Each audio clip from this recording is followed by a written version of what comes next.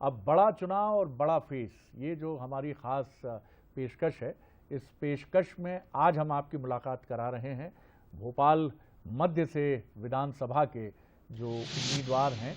कांग्रेस की मैं बात करूं तो आरिफ मसूद साहब हमारे साथ हैं। एक ऐसी हस्ती हैं वो जिनसे अक़लियतें बड़ी उम्मीद रखती हैं और यकीनी तौर पे मैं कह सकता हूं कि मध्य प्रदेश की सरजमीन पर वो अक़लियतों की नुमाइंदगी करने वाले एक ऐसे नेता हैं जिन पर अक़लियतों का यानी अल्पसंख्यकों का, माइनॉरिटीज़ का, मुस्लिम आबादी का और मुस्लिम मतदाताओं का भरोसा है। इस वक्त चुनाव की जद्दोजहद और थोड़ी सी सोच भी उनके चेहरे पे मैं देख पा रहा हूं। आरिफ मसूद साहब, बहुत इस्तकबाल करता हूं आपका, बहुत स्वागत करता हूं गंगा जमुनी तहजीब की धरती धन्यवाद भोपाल पर। जी, पहले तो यही कहूंगा कि दावा तो होगा ही, हमारी आपको मुबारकबाद भी है, अग्रिम पेशगी भी है कि आप कामयाब हों और बीजेपी के लिए भी हमारी यही शुभकामनाएं हैं। आप दोनों मजबूती से आगे बढ़ेंगे तो जमहूरियत और मजबूत होगी। आप मुझे ये बताएं कि अगर आपकी ताकत बड़ी तगड़ी है, पिछली बार के आप विधायक हैं, एग्जिस्टिंग विधायक हैं, इस बार आप दावा करेंगे ही कि आप फिर जीतेंगे, क्या आधार है उसका? क्या आप इसके पक्ष में दलील देंगे? जी आरिफ साहब। देखिए शरद जी, बड़ा स्पष्ट है कि मैं 2013 में लड़ा, चुनाव हारा तो भी मैदान नहीं छोड़ा, जनता के बीच रहा और उसी बुनियाद पर 2018 में मुझे कामयाबी मिली और जनता ने मुझे अपना लिया और उसके बाद से लगातार 23 हो गया, तीसरा चुनाव में आ गया, लेकिन मैंने पब्लिक का साथ नहीं छोड़ा। और सबसे बड़ी बात कि कोरोना जैसी महामारी में मुझ पर आप लोगों ने भी बहुत इल्जाम लगाए कि ये मैदान में घूम रहे हैं, लॉकडाउन की कई जगह तोड़ते हुए नजर आ रहे हैं, लेकिन मैंने जनता का साथ नहीं छोड़ा। मैंने अपनी जान की भी परवाह नहीं करी, इल्जाम की भी परवाह नहीं करी, मैं उनके बीच लगा रहा। तो जब मैंने एक बेटे स्वरूप काम उनके साथ कराए तो निश्चित रूप से मुझे बहुत उम्मीद है कि उसी बुनियाद के ऊपर मैं उनसे मदद मांगूंगा और जो मुझे उम्मीद दिख रही है कि मुझे पिछली बार से ज़्यादा अच्छे ढंग से लोग मुझे कबूल कर रहे हैं। जी, मुझे ये भी बताइए, आपसे एक दिन पहले इसी हमारे कार्यक्रम में जुड़े थे आपके साथी और बीजेपी के आपके प्रतिद्वंद्वी ध्रुव नारायण सिंह जी। उनका एलिगेशन था, उनका आरोप था कि उस क्षेत्र में यानी भोपाल मध्य में कोई काम नहीं हुआ है, ऐसा उनका आरोप है।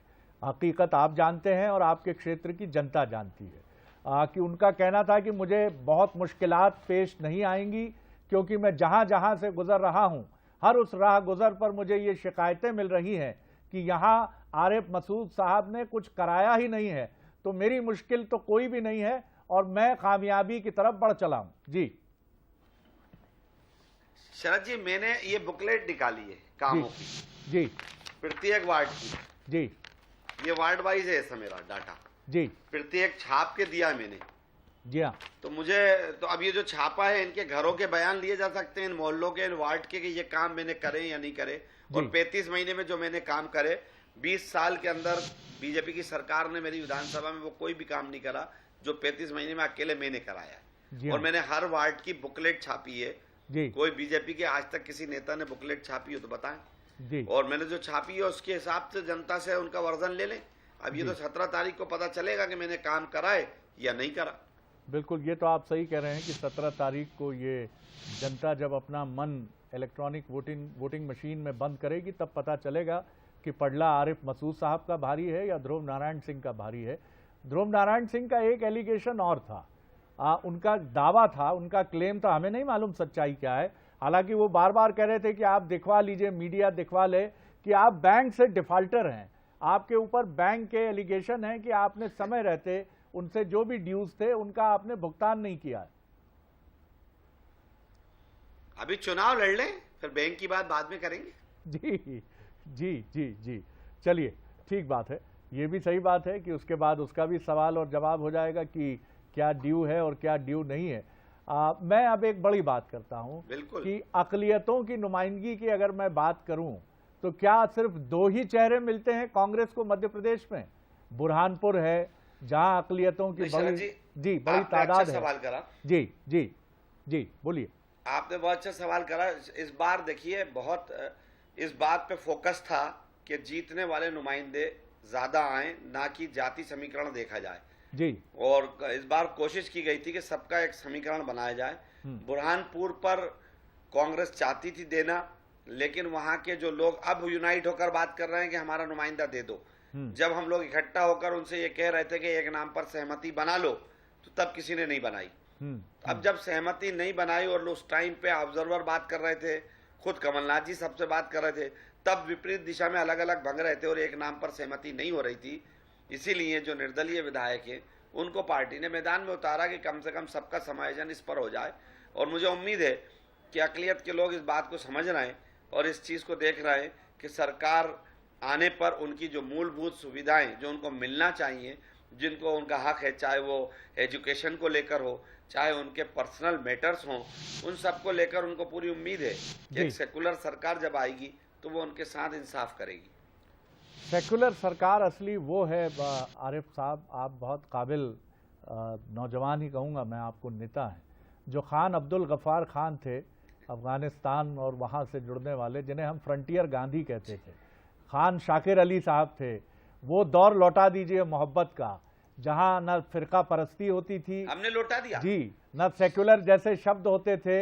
हिंदू और मुसलमान जी हाँ, आप जी जी जी आपको एक बात बताना चाहता हूँ, आपके जो रिपोर्टर्स हैं इनको एक आध दृश्य आपको दिखाना चाहिए कि मैं हमेशा अकेले पर्चा भरता था।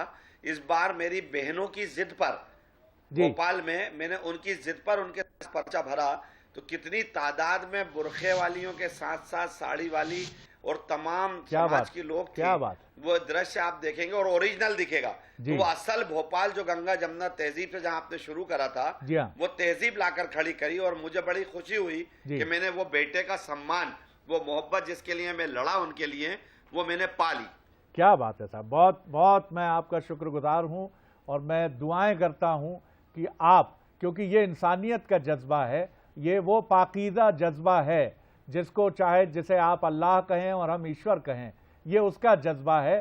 तो इसी जज्बाए अकीदत के साथ हम आगे बढ़ते रहें। बहुत शुक्रिया, बहुत आपको मुबारकबाद अग्रिम पेशगी कि आप कामयाबी की तरफ बढ़ें और यही बीजेपी के लिए बहुत शुक्रिया। बहुत शुक्रिया साहब, बहुत शुक्रिया। तो ये थे आरिफ मसूद साहब जो नुमाइंदगी कर रहे हैं प्रत्याशी के तौर पर भोपाल मध्य से और मुकाबिल हैं उनके बीजेपी के कैंडिडेट ध्रुव नारायण सिंह।